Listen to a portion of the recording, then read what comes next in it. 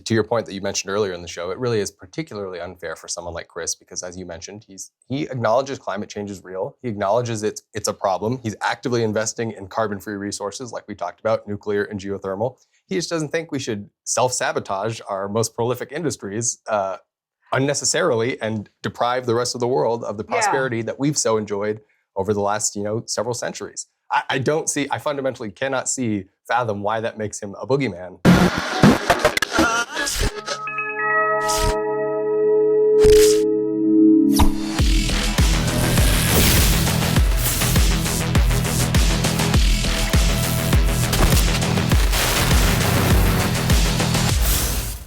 All right, ladies and gentlemen, welcome back to another episode of PowerGab, your go-to show for all things energy and environmental policy in the state of Colorado. I'm Jake Fogleman, joined as always by my co-host, Amy Cooke. In this week's episode, we're going to do another update on sort of how the federal executive branch is shaping up, because we had a massive announcement over the weekend as to who is going to be taking over the Department of Energy with a special Colorado hook. Amy, if you want to tell us who President-elect Trump tapped. For the Department of Energy, this really is exciting, and I couldn't be more thrilled. This is, I think you said it when we were talking off air, it's a home run, 100%. President-elect Donald Trump tapped Colorado's own Chris Wright, CEO of Liberty Energy. Colorado natives, he grew up in Colorado. He's a Colorado guy. He's an outdoorsman. He's an energy entrepreneur. He's innovative. He is a true conservationist. He is also understands the importance of modern energy in the world where we are today. He's been tapped for DOE to head up a Department of Energy Secretary, and he will sit on the National Energy Council, this newly formed council, which President Trump has made energy, and we talked about this a couple of weeks ago on the show, about how energy went through the election, how it is inseparable from economic policy. President Trump made it an issue in this election. He worked on, his message was people first. It was a people first energy abundance message. Chris Wright personifies that. Yeah, that's absolutely true. Just for some more background, so Liberty Energy, obviously he founded that. It's an oil and gas company. I believe it's a midstream oil and gas company. Yep. But he's also been involved in the industry long before he founded Liberty. He was one of the early pioneers that worked in what ultimately became the shale revolution and fracking. Right. He innovated. Yeah, he was a big innovator in hydraulic fracturing. That's right. So the very thing that makes your home county, Weld County, so prosperous is this industry, and he's played a huge role in that. So someone that fundamentally understands what it means to unleash America's energy potential and to head an agency that's not so much tasked with the permitting and all that, but really to be sort of the bully pulpit for American energy policy. I can think of no better choice. I can't even. What I love about this, Jake, is he was part of Weld County's oil and gas renaissance. Mm-hmm. Really, he instrumental in it with the innovation in hydraulic fracturing. You saw Liberty. You'll see if you come up to God's country, Weld County, and I welcome all of you up there. We love it. I've been there a long time. Since 1997, I've been in Weld County. So if you come up, you'll see Liberty Energy all over the county. They are resourceful. They are excellent managers of the resource. They're, like I said, Chris is a conservationist. He's an outdoorsman. He also sits on the board of PERC, which is Property and Environmental Rights Coalition. I think that's what PERC's. Put it this way. Chris loves innovation and the outdoors equally. He knows, and he's been instrumental in natural resource production and management, at the same time safeguarding everything that's beautiful about Colorado and really the United States. He will bring to the Department of Energy a narrative, a message of energy abundance, as opposed to what we've seen the last 4 years, which is this energy deprivation narrative. I mean, Yep. you just get the feeling like it's morning on American energy right now. And it isn't just great news for us. It is great news for our allies Yep. because you will have somebody who will be who will be in your corner for affordable, reliable power for all. This couldn't be a better pick. Yeah, to that end, the DOE oversees the LNG, the quote unquote LNG export pause that happened under the current administration, I should say. So I have a feeling that as soon as Chris Wright takes the helm, that won't be a thing anymore, and that will be to the great benefit of our allies that desperately need American energy to wean themselves off of hostile foreign actors and just to improve the lives of their citizens. And another thing I want to point out about Chris, which I think is fabulous, is he's not just an oil and gas guy either. He thoroughly believes in energy abundance across the board, and Yep. he sits on the board and invests in a couple of interesting technologies that we've talked about a lot on the show. Isn't that right, Amy? Yeah, actually. So he's done, I love this. He sits on, he's a big fan of next generation nuclear. Yeah. And not just a fan of, but has invested in, what is it, Oklo? I think, Mhm. yeah. He puts his money where his mouth is. He knows that oil and gas and modern energy are important to everyone. And modern energy means things other than oil and gas. It means a diverse portfolio, including sort of next generation or this new technology, small modular reactors. And he's spoken about it. He is the critics love to call, oh my gosh, big oil.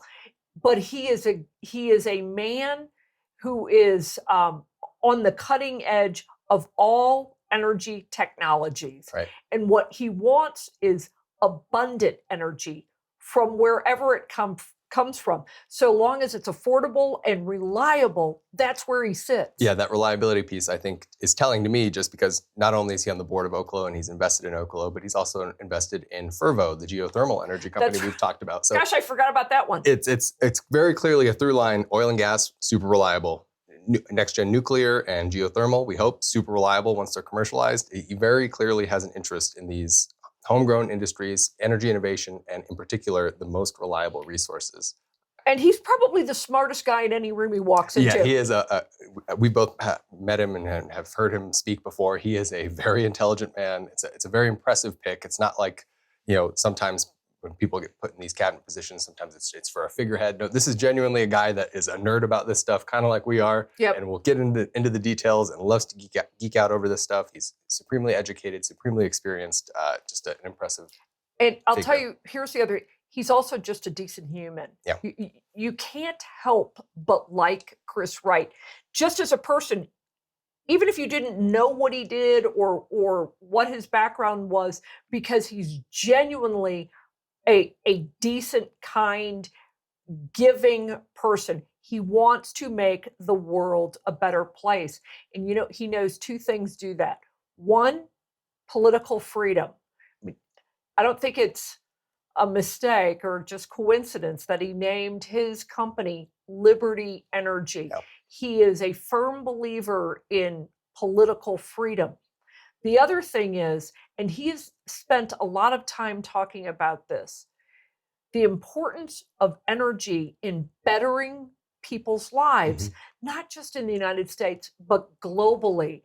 And I love what he makes a point that, yes, climate change, it is certainly an issue to be discussed and to be dealt with and to overcome whatever challenges we need to. But, and I think you are too, we're 100% with him when he says, actually, the real problem is energy poverty. It's a much bigger problem when you have billions of people who don't have access to affordable, reliable energy. What do? Well, they degrade their own environment because people will find a way to create energy. They'll burn dung. They'll burn, trees. They will burn whatever they have to generate energy. So energy deprivation is a tactic. It's a horrible strategy. I mean, it's a tactic people use, but it's a horrible strategy because if you're trying to come or reduce emissions, because ultimately it doesn't. Right. People will burn anything to keep warm, to cook, to do whatever they need to do. People need energy. So don't keep affordable, reliable power from them.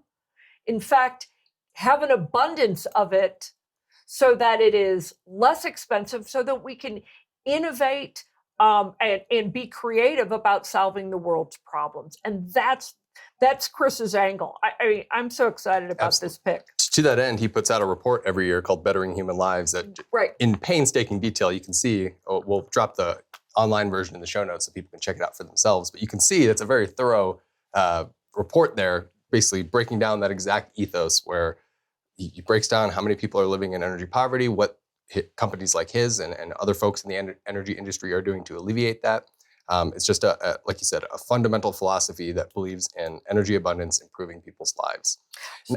There are, sorry to cut you off there. No, go ahead. As we're singing his praises here and talking about sort of his philosophy, there are folks out there that don't seem to be quite so thrilled with his selection. Do you want to tell us a little bit of the reaction that his pick has drawn from certain folks? Well, it is predictable. Yeah. It is so pedestrian these days. Big oil, climate denier, what is the last one? Climate conspiracies. Let me see if I can point it out. Oh, but my favorite. Okay, so you hear the big oil, yada yada yada. I mean, that's like Charlie Brown's teacher. Nobody even hears it anymore. It's like calling Trump fascist and Nazi. Nobody pays attention to it anymore. Big oil, climate denier. That is the usual. But this one, to me, from the League of Conservation Voters, which is super active in Colorado, here's what his lack of government experience is a disqualification. I got to tell you, nowadays, that's actually like a badge of honor. Here's what they said. With no experience in government, Wright will be primed to continue Trump's and okay, this is the alert for the dog whistle.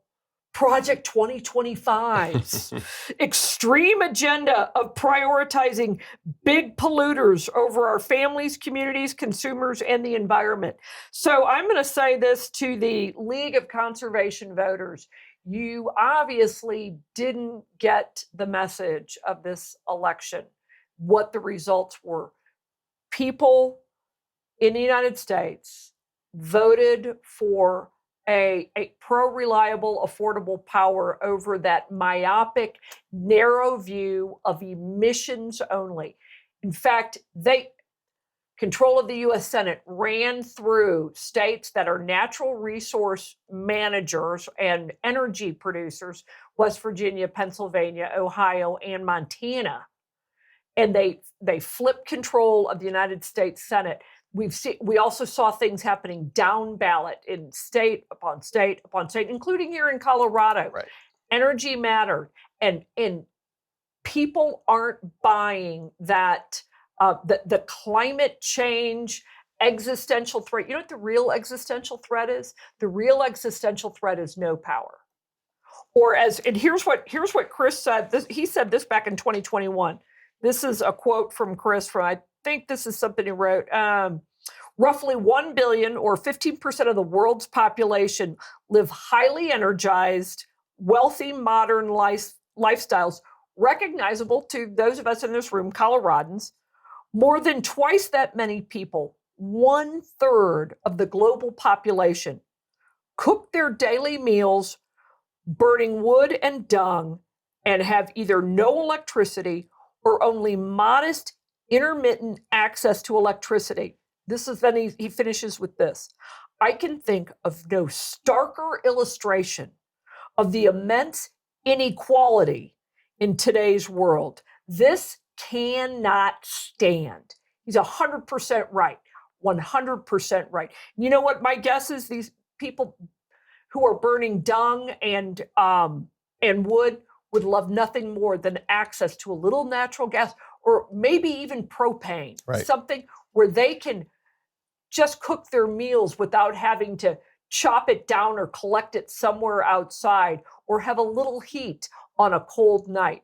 Chris is the person who champions both cleaner, healthier environment as well as energy abundance. And he's like the living personification of that message. Yeah, to that point, like the quotes from the detractors that you cited there, and several others in all these articles, everyone has to put out their press release statement about the pick. It really is just like I throw in every boogeyman on the wall and seeing what sticks. But to your point that you mentioned earlier in the show, it really is particularly unfair for someone like Chris, because as you mentioned, he acknowledges climate change is real. He acknowledges it's a problem. He's actively investing in carbon-free resources like we talked about, nuclear and geothermal. He just doesn't think we should self-sabotage our most prolific industries unnecessarily and deprive the rest of the world of the prosperity that we've so enjoyed over the last, several centuries. I fundamentally cannot fathom why that makes him a boogeyman for holding that point of view. And almost more important to him, and if you get to know Chris and if you listen to him, I guarantee you more important to him is improving human lives. Is literally energy poverty is the kind of thing that keeps him up at night. And I actually like this too. He talks about the energy transition, and you guys have heard me say it. I don't call it a transition. It's a forced march. It's not like we all said, let's dump fossil fuels and go to wind and solar. It's a handful of special interests, highly paid special interest groups or NGOs that have significant revenue are pushing this narrative that we have to dump fossil fuels. For whatever reason, they seem to hate people and affordable, reliable power. But this is what he says about the energy transition. And I'm just going to read this real quickly. This is from Chris Wright. He says, the energy transition isn't failing for lack of earnest effort. We know that. It's failing because energy is hard. And 3 billion people living in energy poverty are desperate for reliable, scalable energy sources. Meanwhile, 1 billion energy-rich people are resistant to diminishing their own standards of living with higher costs and increasingly unreliable energy diet. It's a great quote. It is. It's a fabulous quote. And it really, it sort of rounds out, we've covered some of the other appointments in previous episodes, but it rounds out this, basically the big agencies overseeing energy policy between Wright at DOE, Burgum at the Interior, right. Lee Zeldin at the EPA. Fundamentally, what this means to me, we don't know obviously yet. They haven't taken office just yet. They still have to be confirmed. I don't worry that they're not going to be confirmed. But what it signals to me is that the Trump, as you mentioned earlier in the show, the Trump administration is taking an all-hands approach to making sure American energy dominance is at the forefront of this administration. And that we have serious people that recognize the immense gifts that America has to offer the world and its own citizens when it comes to our natural resources. And we're going to develop those resources and make people's lives better and make the rest of the world's lives better too. Yeah, I'm actually really excited about this pick. It's hard to get excited about some of the people or some of the policies, but this is one that I think has the potential to be it really could be transformational. Yeah, I think that's right. Chris's message, his philosophy about energy and energy abundance and the importance it plays in, bringing people out of poverty. This has the potential to change the world. And I don't say that lightly. Sure. I say that in a realistic sense, and you're right, along with Doug Burgum and Lee Zeldin. Unleashing American innovation is the best thing we can do to address what some people consider the threat of climate change. There is nothing better than you can do than to unleash American innovation, technology, creativity, entrepreneurship, and that's what these three people, that's what they represent to me. That it really is our superpower is the natural resources that we have, our innovation, our ingenuity, and our entrepreneurial spirit. It really is our comparative superpower. So we'll of course keep you all updated as we get closer to when he may be taking, going through confirmation hearings or releasing various plans for the agency. We'll be sure to keep you all updated on that. But As we're coming up on our time here, Amy, do you have any major takeaways for our listeners? Yeah, I like I said, I think number one, it's mourning in America for energy independence, energy dominance, and energy just super abundance. That's number one. Number two is, I'm going to read from Chris Wright's Bettering Human Lives from Liberty Energy's report on this. So this is number two takeaway. Zero energy poverty by 2050 is a superior goal compared to net zero by 2050. So reducing energy poverty, superior to net zero. I couldn't agree with that more. I'm going to say this, though. For our friends in Colorado, you still may need a generator because we still have the wrong people running energy policy in the state of Colorado. So still, you're going to need your generator in Colorado. But that's okay. We can be happy for everybody else as we make our way, we navigate through Colorado's backward energy policy. We'll just have FOMO for the rest of the states. That's right. Unfortunately, your advice about generators still does apply. But that does it for us on another episode of PowerGab. If you like what you saw here, you can head on over to PowerGab.org to check out our entire back catalog. We produce new episodes every single week. We're also available wherever you get your audio podcasts, whether that's Spotify or Apple. And if you'd like to suggest future show topics or some guests that you'd like to see us interview, send those over to info@powergab.org. We'd love to hear from our audience. But until next week, we'll see you.